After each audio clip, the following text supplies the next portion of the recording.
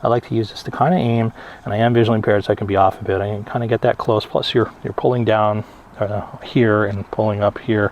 So there's a lot of shake, but you get that spark going, and just that little tiny spark, one hit, it really doesn't take much.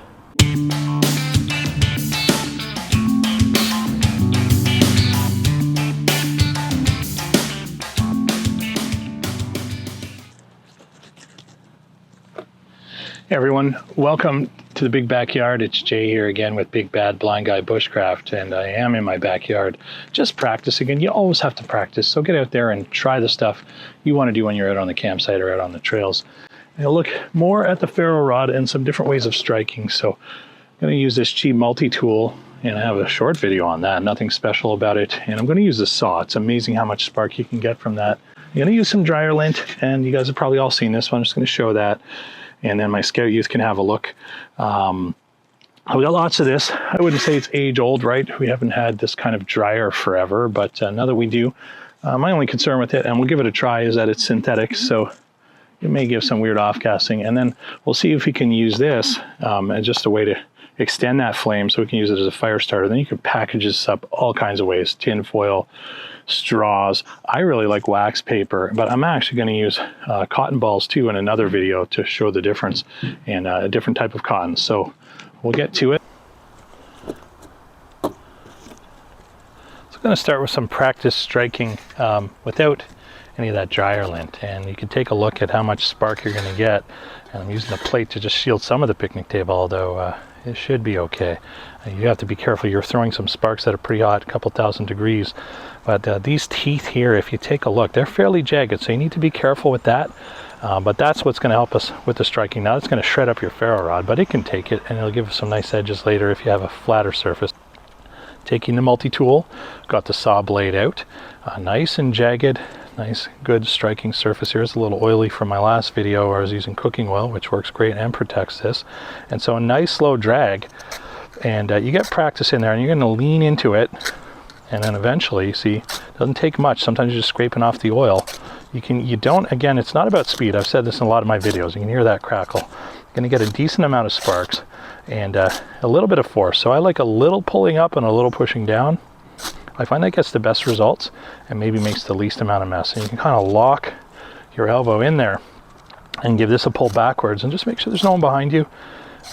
If you're a youth in scouting, you're going to want to make sure you have your fire permit, and we can see a video on that later, what the rules are for that. There's lots of stuff on the web, but you get a shower of sparks. So this is, if you're comfortable with the saw, even if you have one that locks and you don't care about the blade too much, because it's not going to be good for the blade, you can get a lot of spark there. So what we're going to do is going to use this dryer lint, which is so dried out. It's had all that hot, warm air blowing through the little fluffs of clothes that gather in the little trap. I want to pull that up, and this would be the same with a lot of fire starter. You want to get a lot of surface area and little bits that are going to catch. And we're going to see here is, will this catch on its own? And this is fairly dry. I just freshly harvested lint out of the dryer for the last couple of days. I've been saving it. And here we go. And I generally save more of that in the fall because I do a lot of scout camping in the fall through to the spring, and then it's personal camping in the summer.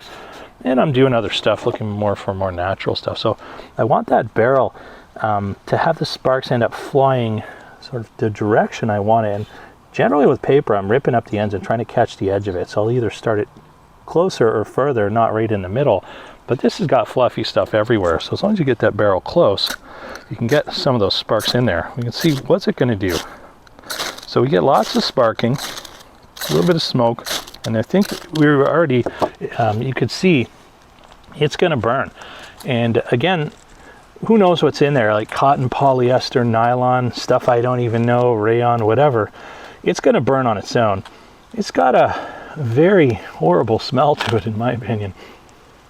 Not super natural for sure, and I don't mean that in the kind of magical way. But it burns for a little bit. It's easy to spark, so you can go out and do that and get a flame going. It's going to burn a little bit without adding anything. But what we can do with the Vaseline after is extend that flame length, so we can get the dry wood on top of that.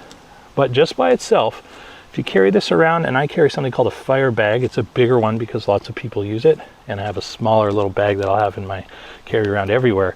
just put this in a Ziploc bag. I tend to carry a candle as well, just because that'll get me a nice long burn. But it's going to burn down eventually, and that might be enough to get a fire going if we had dry wood and summer conditions like this.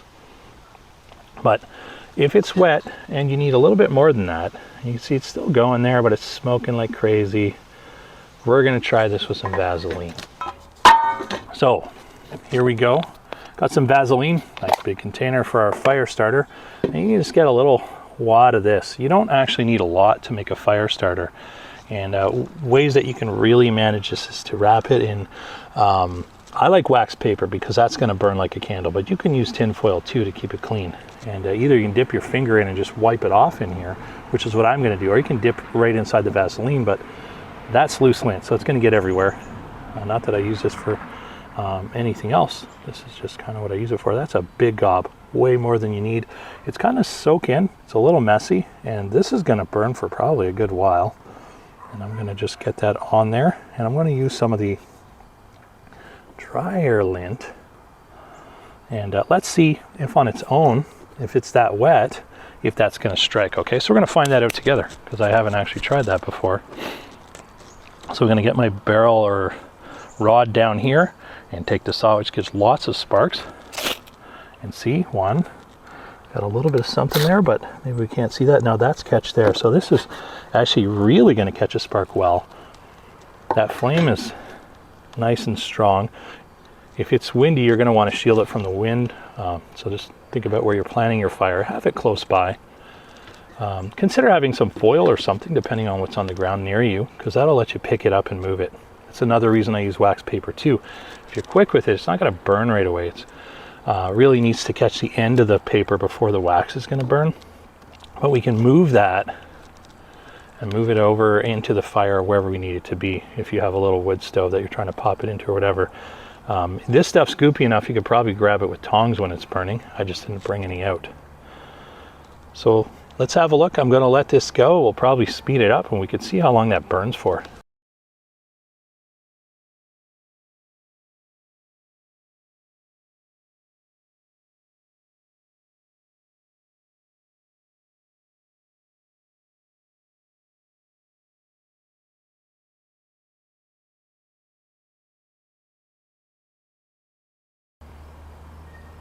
There's something hypnotic about the way that a fire dances in the breeze. And for me, somewhat relaxing when I know it's an intentional controlled flame. And there it goes, coming to the end. That's going to be pretty hot. But that would have been enough to catch some regular tinder and even perhaps dry out a bit of wet stuff if you piled it properly. And it's still not quite done. And what it is, you'll see a little bit more smoke. I think that's the fire fighting, like everything else, to stay alive.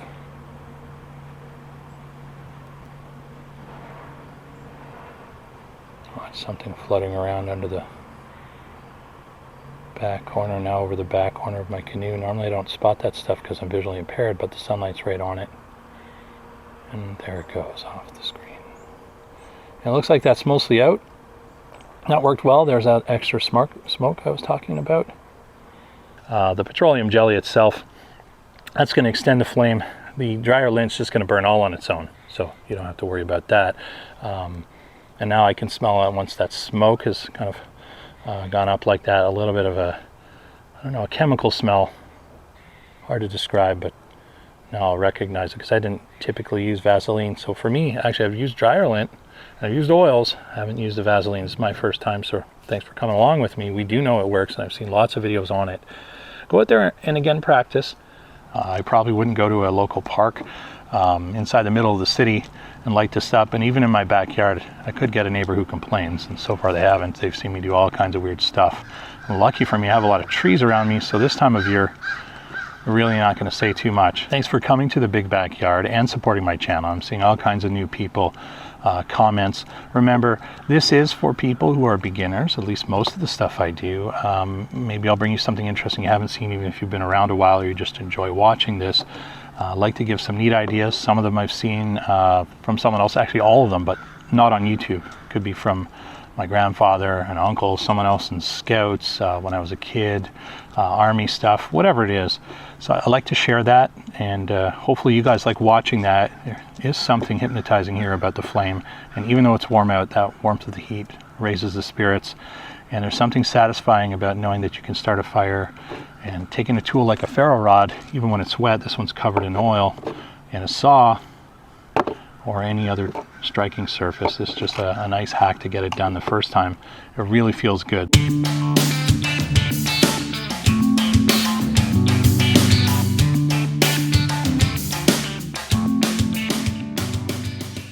Now, you want to spread it out, like I said, and that's just going to catch your spark. If you leave it in one big lump, it's going to concentrate the heat, which is great, but it is fairly easy to do. And part of that is that you've got a saw here, and this is a great sharp striking surface, but dryer lint itself catches a spark really easily, so it's a great beginner starter tool. You start working with the natural stuff, and you have to make sure it's dry, and you learn about what that is, and I'll do some videos on some of that. And some of the easiest stuff is going to be fat wood, so we'll get some of that. Definitely birch bark. There's lots of that around here. Anytime there's a new growth, we've got the birch coming in first. I've got some right on my front lawn, and that is super flammable. And we'll look and see pine pitch and try some other stuff, and some of it maybe won't work, and we'll learn that too together. I like to use this to kind of aim, and I am visually impaired, so I can be off a bit. I can kind of get that close, plus you're pulling down here and pulling up here, so there's a lot of shake, but you get that spark going, and just that little tiny spark, one hit. It really doesn't take much.